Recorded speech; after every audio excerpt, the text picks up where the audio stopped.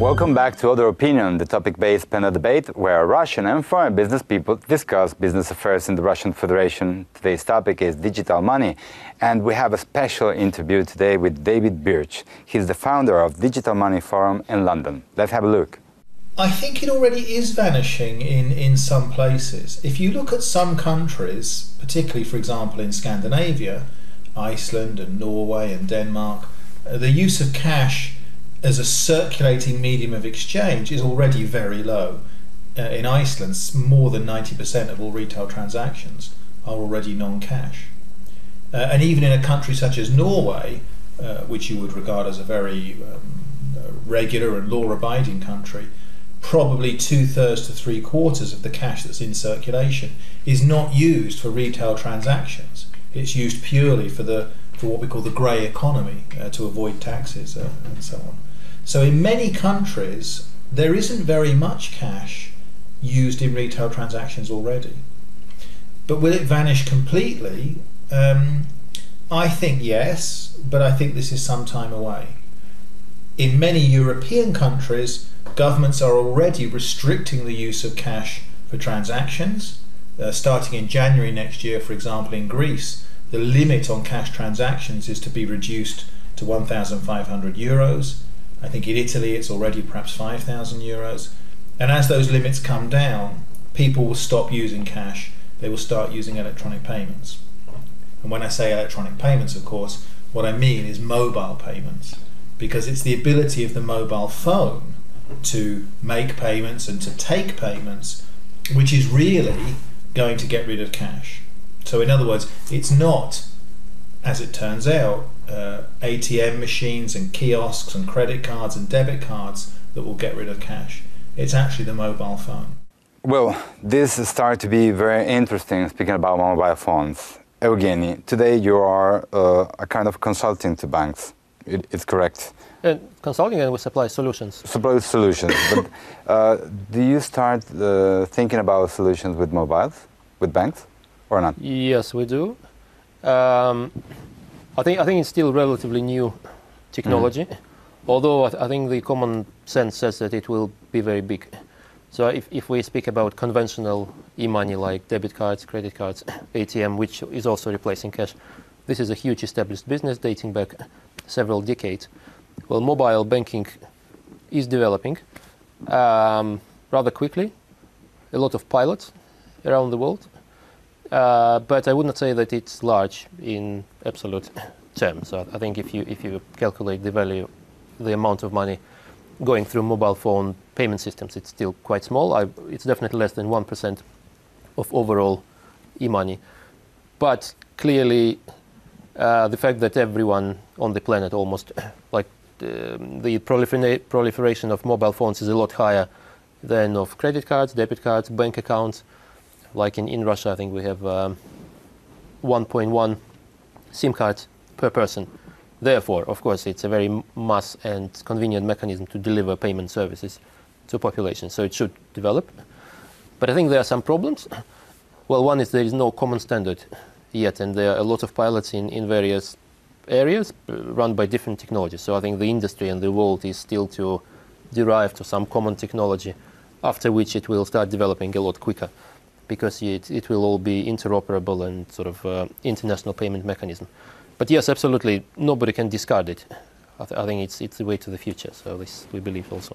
Vladimir, do you think then we will start using mobile phones to make the payment, and we will say goodbye to our wallet, and there will be this banishing of banknotes, or not? Well, you know, when you're talking about mobile phones, there are two ways to use it. A mobile banking and a mobile phone as paying instrument. Well, we will use a mobile for both of this.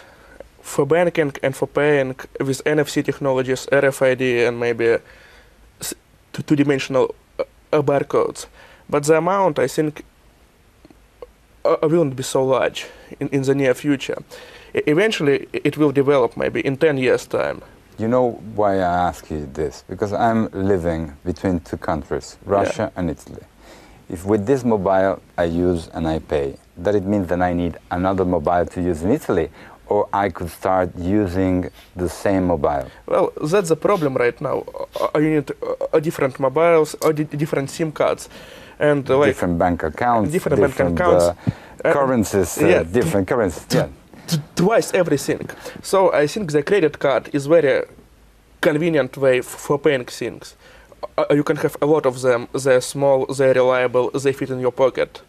As for like using a mobile to manage your money, like a mobile banking, that's okay. Or you can have one mobile and install a lot of. That's okay. I don't know, because if someone take out my wallet, okay, I could call the police. But if they take my mobile, I really don't know what to do. Well, you can run around the street. Yes, of course. Помогите. This could be a very interesting word to say. Whatever. Artyom, you wrote another book, Web Money Planet in 21st Century. Did you speak about mobile phones? Yes, of course. And Russia has some features here which make her close to developing countries and to developed ones. Russia is a country with long distances, you know, and with a very low, in comparison with Europe, with a very low bankization rate. So people can live without a bank account, without an active bank account. We have Sberbank, but we don't have such great networks for commercial banks in the whole country. But everybody has a mobile phone. We have only 4 federal operators, and as far as I know, we are not still in the stage where some developing countries are, when you can receive your social security payments on your mobile phone. Yes, but it's a highly concentrated market, and I think it will be a huge profit, non-comparable with the profit of banks, which are in a heavy concurrent struggle. I hope then your next book will be not web money, but mobile money, or mobile funds of money, or something like that. But we have the second part of this interesting interview to David Birch. Let's have a look again. Well, that depends on the way it's implemented, which is, of course, a political matter. It's for society to decide how electronic money should be implemented, whether it should be implemented in a way that leaves a full audit trail, whether it should be implemented in a way where it remains private and secret, where it should be implemented in a way where it remains private until some circumstances arise.